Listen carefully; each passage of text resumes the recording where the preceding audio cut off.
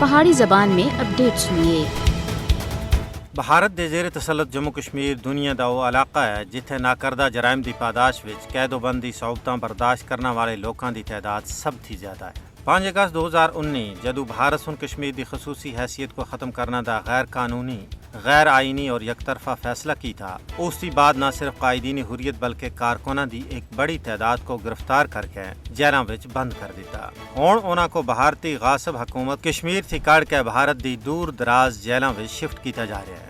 حال ہی تقریباً 100 تھی زیادہ قیدیاں کو کشمیر دی جیلاں تھی کڈ کے دہلی، ہریانہ، یو پی اور دور دراڑے بھارت دے زندان خانے وچ منتقل کیتا جا رہا ہے۔ حالانکہ قیدیاں دے حوالے نال بین الاقوامی قوانین ہرگز اس چیز دی اجازت نہیں دیندے کہ قیدیاں کو اپنے علاقے تھی دور دی جیلاں وچ رکھیا جائے۔ ماہرین دا آخنا ہے کہ کشمیری قیدیاں کو دور دراز دی بھارتی جیلاں وچ منتقل کرنا سیاسی انتقام تھی سوا کچھ بھی نہیں ہے۔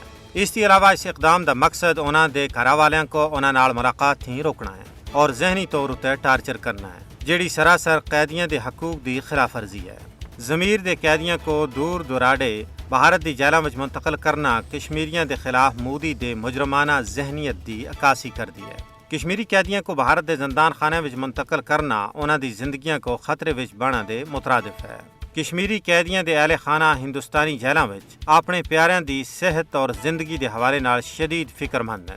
کشمیری سیاسی قیدیاں کو انتقام دا نشانہ بنانا دا مقصد انہاں دے جذبہ حریت کو پست کرنا ہے، لیکن ماہرین دا آخنا ہے کہ کشمیری عوام ظلم و جبر سہ کے کندن بن چکے ہیں۔ انہاں کو اپنے مشن تھی بیگانہ کرنا بھارت دے بس دا روگ نہیں ہے۔